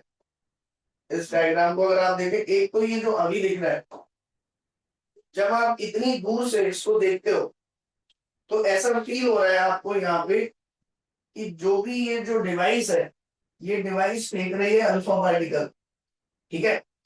और ये अल्फा पार्टिकल ऑलमोस्ट जो है अनडिफ्लेक्टेड जा रहे हैं। अगर आप इसको फिर से देखें इस चीज को शुरुआत से, ये तो चलो बात की पिक्चर है। अगर आप शुरुआत से देखें इस पिक्चर को तो most of the alpha particles देखिए अनडिफ्लेक्टेड जा रहे हैं, दो चार केवल क्या हो रहे हैं, डिफ्लेक्ट। जब हम उस गोल्ड फॉइल के अंदर जाके देखेंगे तो हमें पता चलेगा कि ये जो आपका जिस एटम पर ये जा रहे हैं, देखो ध्यान से, ये वाली चीज थोड़ा देखो यहाँ पे, कि जो आपके अल्फा पार्टिकल एटम के बिल्कुल पेरिफेरी पे है, ये पूरा एटम है, ये पूरा क्या है आपका एक एटम। तो एटम के पेरिफेरी पर जो आपके अल्फा पार्टिकल आ रहे हैं वो तो अनडिफ्लेक्टेड जा रहे हैं, और जो सेंटर की तरफ जा रहे हैं अल्फा पार्टिकल वो आपके डिफ्लेक्ट हो रहे हैं। तो इस चीज से उन्होंने ये कंक्लूजन देखा कि यार ये अल्फा पार्टिकल जब हम पटक रहे हैं गोल्ड फॉइल पे तो कुछ तो सीधे जा रहे हैं और कुछ इधर उधर हो जा रहे हैं, ऐसा क्यों, है ना। और जब डिटेल में देखा गया तो पता चला कि जो जो अल्फा पार्टिकल सेंटर के पास में है वो ज्यादा डिफ्लेक्ट हो रहे हैं, और जो सेंटर से दूर है वो कम डिफ्लेक्ट हो रहे हैं। तो इससे फिर उनका माथा ठनका, उन्हें लगा कि एटम का जो डिस्ट्रीब्यूशन है वो यूनिफॉर्म नहीं है, क्योंकि अगर यूनिफॉर्म होता तो इसका behaviour through out the atomic volume क्या आता, सेम। तो रदरफोर्ड का जो एक्सपेरिमेंट था जिसमें अल्फा पार्टिकल एक एटम्स की तरफ फेंके गए, तो वहां से ये पता चला कि जो सेंटर की तरफ थे उनमें डिफ्लेक्शन ज्यादा था और जो सेंटर से दूर थे उनमें डिफ्लेक्शन कम था या बिल्कुल ऑलमोस्ट नेग्लिजिबल था। तो इस तरीके की एक पिक्चर आप बुक्स में देखते होंगे लाइक दिस। ठीक है, रदरफोर्ड एक्सपेरिमेंट। फिर बाद में रदरफोर्ड को बताया, तो फिर जब बड़ा आदमी आया तो उसने फिर इसको और डिटेल में एनालिसिस किया और फिर जाके उसने कहा कि भाई चलो ठीक है, मैंने ही सजेस्ट किया था तुमको ये सब करने के लिए, अब हमने कोई नई चीज डिस्कवर कर ली है तो चलेगी तो मेरे ही नाम पे, है ना। तो गलत किया वैसे, तो ये ऐसा नहीं करना चाहिए था, लेकिन हो सकता है उसके स्टूडेंट्स ने भी ऐसे कहा हो आउट ऑफ रिस्पेक्ट, सर देखो इतनी बड़ी चीज का क्रेडिट हमें मत दो, हमें तो दूर दूर तक नहीं पता था कि क्या करना है क्या नहीं। 20 साल का लड़का क्या ही जानता होगा, वो बेचारा वेट कर रहा होगा छुट्टी कर दे सर, सर ने काम दे दिया बोला ये कराओ। लेकिन फिर भी उसका नाम छुपाया नहीं गया, उसका नाम मेंशन किया गया और यही रीजन है कि उसका नाम आज भी एनसीईआरटी की बुक्स में आता है। ठीक है, सो बेसिकली यहाँ पे ये जो पिक्चर आपकी बनी ये रदरफोर्ड मॉडल की बनी और इसको अब आपको डिटेल में स्टडी करना है। ठीक है, इसके बारे में सारी चीजें आपको कलेक्ट करनी है। तो ये हम देखिए क्या क्या चीजें बताई रदरफोर्ड ने, ध्यान से समझिए। रदरफोर्ड मॉडल में सबसे पहले तो ये बताया गया कि एटम के अंदर बेसिकली इसने, जैसे थॉमसन के मॉडल ने इलेक्ट्रॉन को डिस्कवर किया, रदरफोर्ड के मॉडल ने किसको डिस्कवर किया, न्यूक्लियस को। एक कंक्लूजन तो ये रहा कि भाई इस ऑब्जर्वेशन को देखने के बाद ये समझ आया कि एटम का जो पूरा पॉजिटिव चार्ज है, बेसिकली अल्फा पार्टिकल इन पर भी चार्ज कैसा है, पॉजिटिव। और जब ये रिपेल सेंटर में ज्यादा हो रहे हैं, इसका मतलब जो most of the positive charge है एटम का, entire positive charge is concentrated in the centre और बाद बाकी बिल्कुल पेरिफेरी पर कोई भी पॉजिटिव चार्ज का इफेक्ट नहीं आ रहा है। तो पहली चीज तो न्यूक्लियस की डिस्कवरी हुई। दूसरा ये माना गया कि most of the space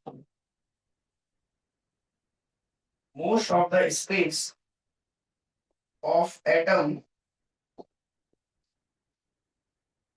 is empty।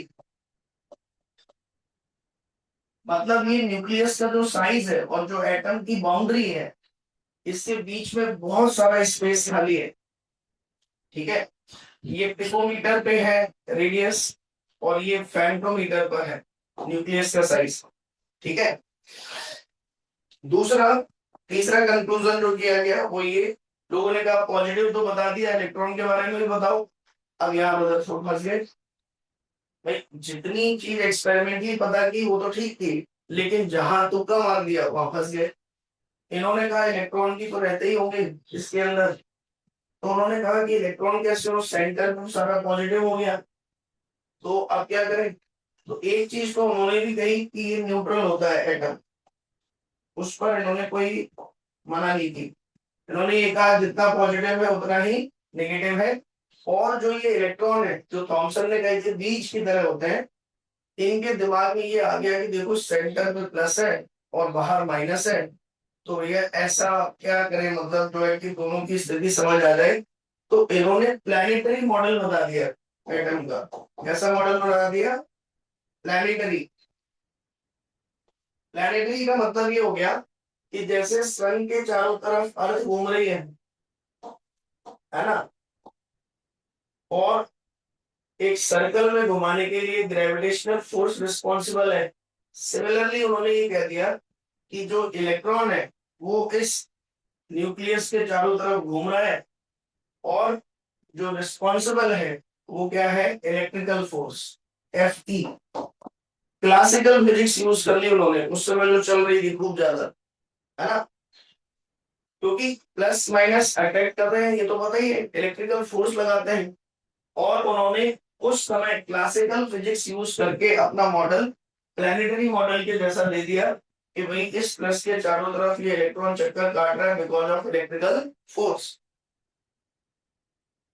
और ठीक वैसे ही काट रहा है जिस तरीके से आपका प्लैनेट काट रहा है। तो बहुत फेमस हुआ ये मॉडल उस टाइम पर कि भाई मतलब बताओ, एकदम उन्होंने तो सब क्लियरिटी दे दी कि एटम जो है एकदम ऐसा है, और मतलब जो है इसके बीच में प्लस है और इलेक्ट्रॉन घूम रहा है आराम से, मतलब मस्त हो गए एकदम।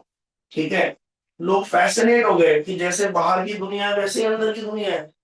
बताओ यार, ये तो बहुत बढ़िया हो गया।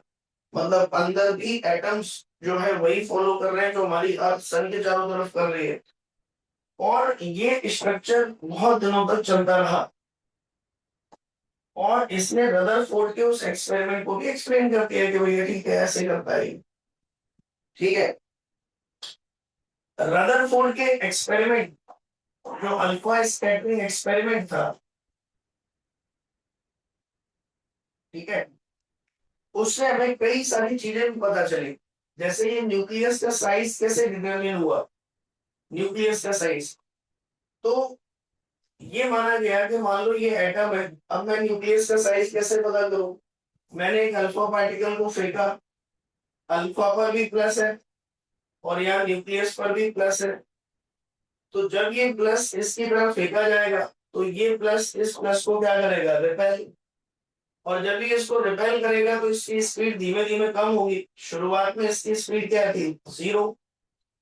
हाँ, शुरुआत में इसकी स्पीड क्या थी, कुछ v0, है ना, और ये ऑलमोस्ट इंफिनिटी पर था, इससे इनफाइनाइट डिस्टेंस दूर था। तो जब इसको फेंका गया तो इसकी स्पीड धीमे धीमे कम हुई, और ये जाकर एक पर्टिकुलर डिस्टेंस पर इसकी स्पीड क्या हो गई, 0। इसकी स्पीड क्या हो गई, 0। और फिर ये वापस लौट आया लाइक दिस। तो कई बार ये हुआ कि न्यूक्लियस के कितने पास तक पहुंचा, इस पर न्यूमेरिकल आता है, R minimum. What is the R minimum. Rutherford के अल्फा स्कैटरिंग एक्सपेरिमेंट पर आपके जेई मेंस और जेई एडवांस में न्यूमेरिकल आता है। तो वो अब हम डिस्कस कर रहे हैं कि किस तरीके के न्यूमेरिकल पूछे जाते हैं। तो पहला तो एक क्वेश्चन जो पूछा जाता है दैट इज मिनिमम डिस्टेंस, कि जब किसी अल्फा पार्टिकल को हम गोल्ड फॉइल या किसी एटम की तरफ फेंक रहे हैं तो मिनिमम कितनी दूर जाकर वो रुकेगा। This minimum separation is being asked in many times, कि भाई इस मिनिमम सेपरेशन की वैल्यू आपकी क्या होगी, ये बतानी है। तो ये कैसे निकालेंगे, सोचिए। सिंपल इलेक्ट्रोस्टैटिक्स यूज करेंगे। अल्फा पार्टिकल है, इनिशियल स्पीड है v0, और इनफाइनाइट डिस्टेंस पर यहाँ पर एक एटम रखा गया है, जरूरी नहीं अब गोल्ड है, मान लो कोई भी। अब तो ये आपको पता है खैर केमिस्ट्री में कि अगर ये कोई एटम है जिसका एटॉमिक नंबर Z है तो इसके न्यूक्लियस पे चार्ज कितना आएगा, प्लस Z E। और अब अगर मैं आपसे कहूं कि ये फाइनली जब इसको फेंका गया और ये यहाँ आकर किसमें आ गया, रेस्ट में, तो बताओ ये मिनिमम सेपरेशन कैसे निकालेंगे, how to calculate this minimum separation, है ना। तो न्यूक्लियस पे चार्ज मान लिया मैंने कितना है, प्लस Z, इसको मैंने कैपिटल Q मान लिया। और यहाँ पर चार्ज आपको पता ही है, इस पर चार्ज कितना होता है, +2E। तो आप ध्यान से देखना बेटा, अगर मैं इन दोनों पॉइंट पे एनर्जी कंजर्वेशन अप्लाई कर दूं तो शुरुआत में काइनेटिक एनर्जी है हाफ mv0 स्क्वायर, और पोटेंशियल एनर्जी होगी k इंटू इसका चार्ज 2E और इसका charge capital Q divided by R minimum. और शुरुआत में तो 0 थी, शुरुआत में सेपरेशन इनफाइनाइट है तो 0 थी, बाद में यहां जाके काइनेटिक एनर्जी 0 हो गई और पोटेंशियल एनर्जी हो गई के Q1 Q2 divided by R minimum. ठीक है ना। तो यहां से जब हम बात करें कि जो आर मिनिमम है उसका फॉर्मूला क्या बनेगा, r minimum is equal to k two e into q divided by, ये 2 उधर चला गया, एम नीचे आ गया, मास ऑफ अल्फा पार्टिकल, और ये बन गया 4। क्यू को किसी न्यूमेरिकल में ऐसे भी लिख सकते हैं 4k इंटू, क्यू को लिख सकते हैं z इंटू ई, तो ये बन जाएगा 4k z e square divided by mass of alpha particle. So this is equal to minimum separation of a alpha particle from a nucleus. क्या ये क्लियर है सभी को? लेट मी नो, जल्दी बताइए, जल्दी बताइएगा। सो ये आपको एनालिसिस ध्यान रखनी है। एक तो ये न्यूमेरिकल आपका अल्फा स्कैटरिंग पे बनता ही बनता है, ठीक है। दूसरा, इसमें एक जो इम्पोर्टेंट टर्म अल्फा स्कैटरिंग में बनता है, दैट इज, जिससे क्वेश्चन आपके बनते हैं, दैट इज इम्पैक्ट पैरामीटर। एक टर्म आता है इम्पैक्ट पैरामीटर, ये क्या होता है ध्यान से देखो। What is impact parameter? जब आप गोल्ड फॉइल जो न्यूक्लियस है इसके ऊपर यहां से एक अल्फा पार्टिकल को फेंक रहे हो, तो जरूरी नहीं है वो हमेशा सेंटर की तरफ से आए, हो सकता है सेंट्रल एक्सिस से कुछ डिस्टेंस पे है। तो ये जो डिस्टेंस है सेंट्रल एक्सिस से इसकी वेलोसिटी की, इसको बोलते हैं हम इम्पैक्ट पैरामीटर, ठीक है। और जब इस तरीके से ये आएगा तो इसमें डिफ्लेक्शन होगा और ये इस तरीके से निकलेगा लाइक दिस। तो अगर मैं आपसे ये कहूं कि इनिशियल डायरेक्शन ये थी और फाइनली वो इस डायरेक्शन में चला गया, तो इसका अपनी ओरिजिनल डायरेक्शन से जो डिफ्लेक्शन है, this is called angle of deflection, this is called angle of deflection. तो ये इम्पैक्ट पैरामीटर और एंगल ऑफ डिफ्लेक्शन के बीच में एक रिलेशन होता है, this is B is equal to, आप निकाल सकते हैं, अगर निकालना चाहे तो निकालो, चलो आप निकालो रिलेशन।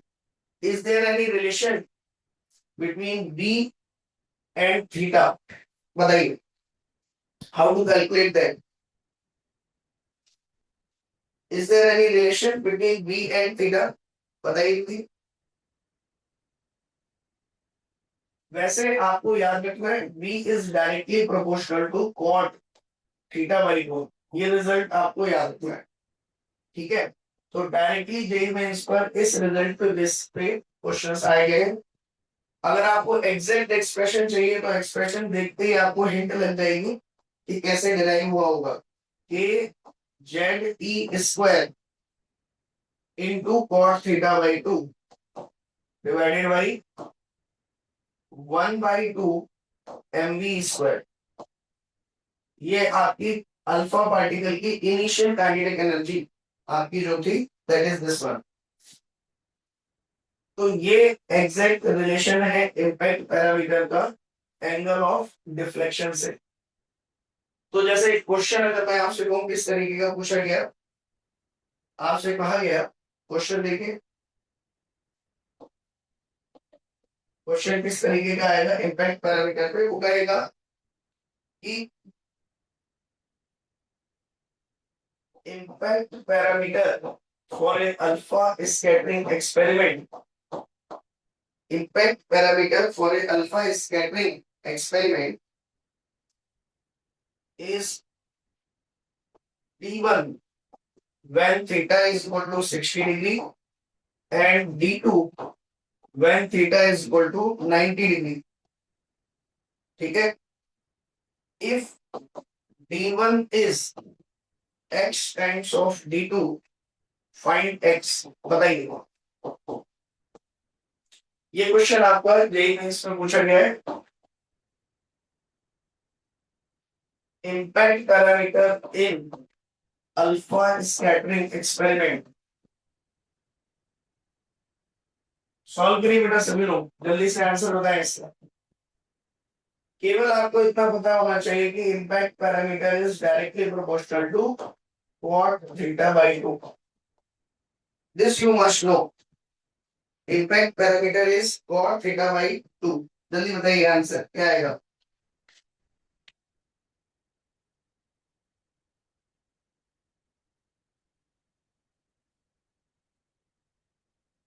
जल्दी बताइए बेटा, जिसका आ जाए आंसर वो बताइए। हाँ बताइए बेटा। Sir Naman. Root three. Root three. 3 correct. Sir ये इम्पैक्ट पैरामीटर हाइट ही होती है ना। Impact parameter velocity, initial velocity की जो लाइन ऑफ एक्शन है, इनिशियल वेलोसिटी की जो लाइन ऑफ एक्शन है उसकी बेसिकली हाइट होती है, उसकी बेसिकली सेपरेशन होती है इससे, ठीक है ना। ये सेंट्रल एक्सिस से ये जो इनिशियल वेलोसिटी जिस डायरेक्शन में है उससे कितनी दूर है line of velocity, okay that sir. separation is called impact parameter. That separation is called impact parameter. Is that clear? बोलो। Yes sir. फिर एनसीईआरटी में एक कर्व है बेटा, चलो मैं अब एंड कर रहा हूँ क्योंकि मीटिंग का टाइम हो गया है। एक कर्व आपको खुद स्टडी करके आना है, एन ऑफ थीटा का कर्व है एक रदरफोर्ड एक्सपेरिमेंट मॉडल में, और एक कर्व आपको स्टडी करना है N of theta versus theta. मतलब अल्फा पार्टिकल फेंके और उनका डिफ्लेक्शन स्टडी किया, और मान लो ये डिफ्लेक्शन है theta equal to theta 1, theta equal to theta 2, theta equal to theta 3। तो अलग अलग डिफ्लेक्शन करने वाले कितने मॉलिक्यूल्स होंगे, जैसे मैं कहूँ 30 डिग्री से डिफ्लेक्ट होने वाले कितने होंगे, 40 डिग्री से डिफ्लेक्ट करने वाले कितने होंगे। तो इस तरीके से जब ग्राफ प्लॉट करेंगे तो इस तरीके का ग्राफ मिलेगा, और what should be the relation between n of theta and theta। तो आपको आज घर जाना है, एनसीईआरटी खोलनी है और रदरफोर्ड का मॉडल पूरा एक बार पढ़ के आ जाना है कल, ठीक है। और ये वाली चीज पता करके आनी है कि किस तरीके का बिहेवियर रदरफोर्ड ने स्टडी किया अलग अलग एंगल के लिए, what is the population of deflection density. तो ये ग्राफ पे रिलेटेड एक क्वेश्चन आपको मिलता है जनरली जे मेंस में, ठीक है। सो आज हमने अगर हम समराइज करें तो थॉमसन मॉडल पढ़ा और रदरफोर्ड मॉडल पढ़ा। कल के लेक्चर में हम रदरफोर्ड को और एनालाइज करेंगे, क्या क्या रिजल्ट रदरफोर्ड ने दिए और उनकी क्वांटिटेटिव और क्वालिटेटिव एनालिसिस कि भाई क्या क्या मैथमेटिकल कंक्लूजन निकाले उसमें, और साथ ही फिर पढ़ेंगे कि उसकी क्या लिमिटेशन रही, वो किन चीजों को एक्सप्लेन नहीं कर पाया, और उन चीजों को एक्सप्लेन करने के लिए अगला कौन सा मॉडल है वो स्टडी करेंगे, that is called Bohr model. I hope you enjoyed this lecture and will do the things which I have told you. Take care. Bye bye. Have a nice day.